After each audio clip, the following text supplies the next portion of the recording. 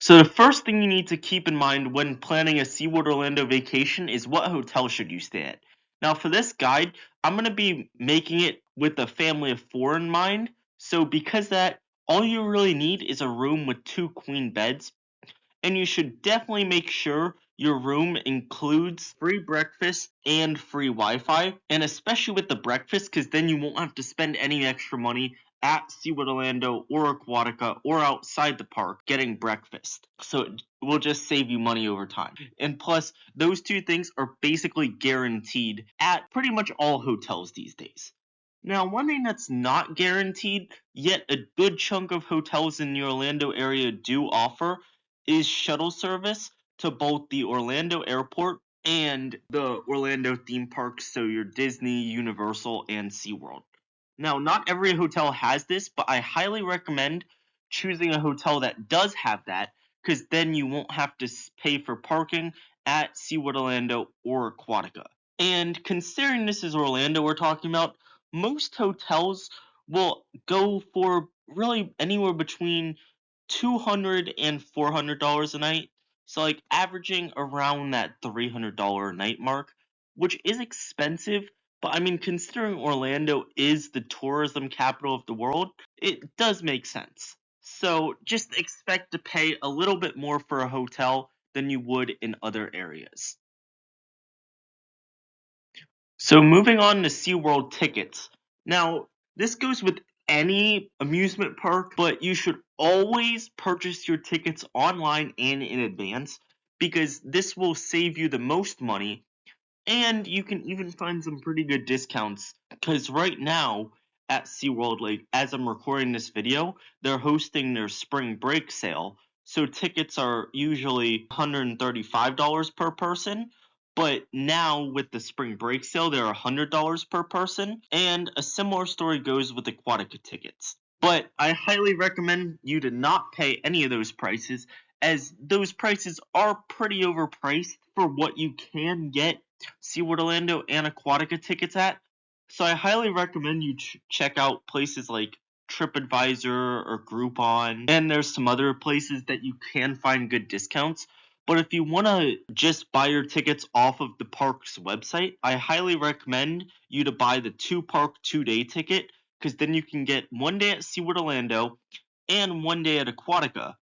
And even if you wanted to, you could include like a day at SeaWorld Orlando and a day at like Busch Gardens Tampa if you really wanted to. But I'm making this in mind that you're going to do 1 day at SeaWorld Orlando and the other day at Aquatica, and that ticket costs $130 for both days. So it's basically $65 per day.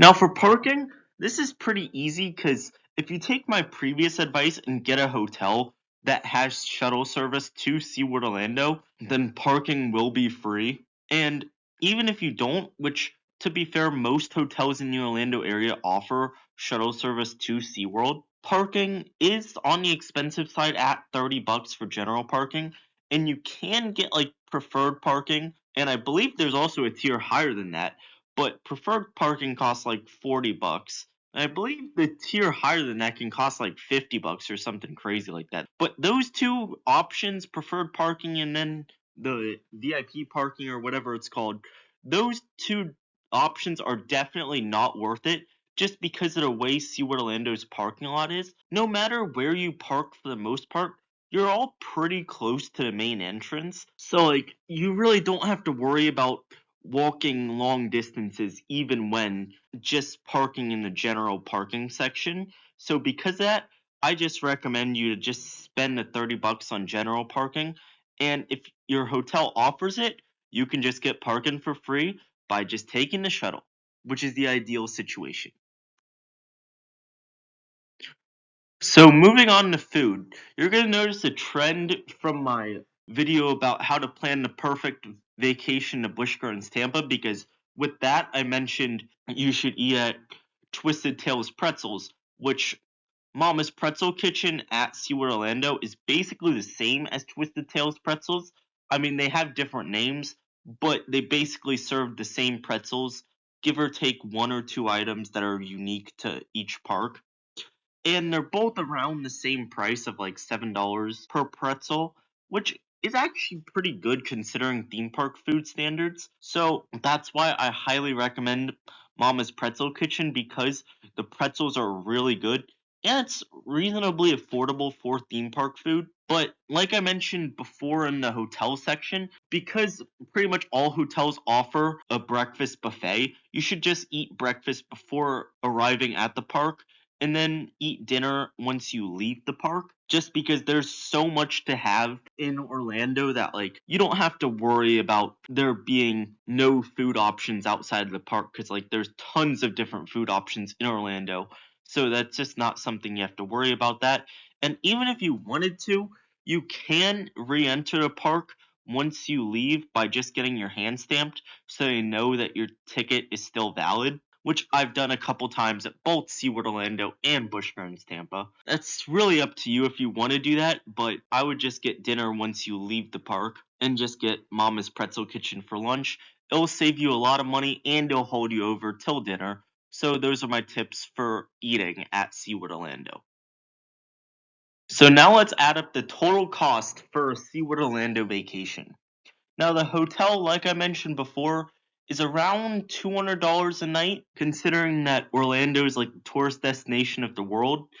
Yeah, hotels are pretty expensive, and because we're visiting both SeaWorld Orlando and Aquatica, that would be 3 nights. So multiply $200 by 3 to get $600. And then because I recommended the two park 2 day ticket, that would be $130 per person, and it'd be a family of four, so that'd be multiplied by 4. And then, since most hotels offer a shuttle to SeaWorld Orlando, that would make parking free.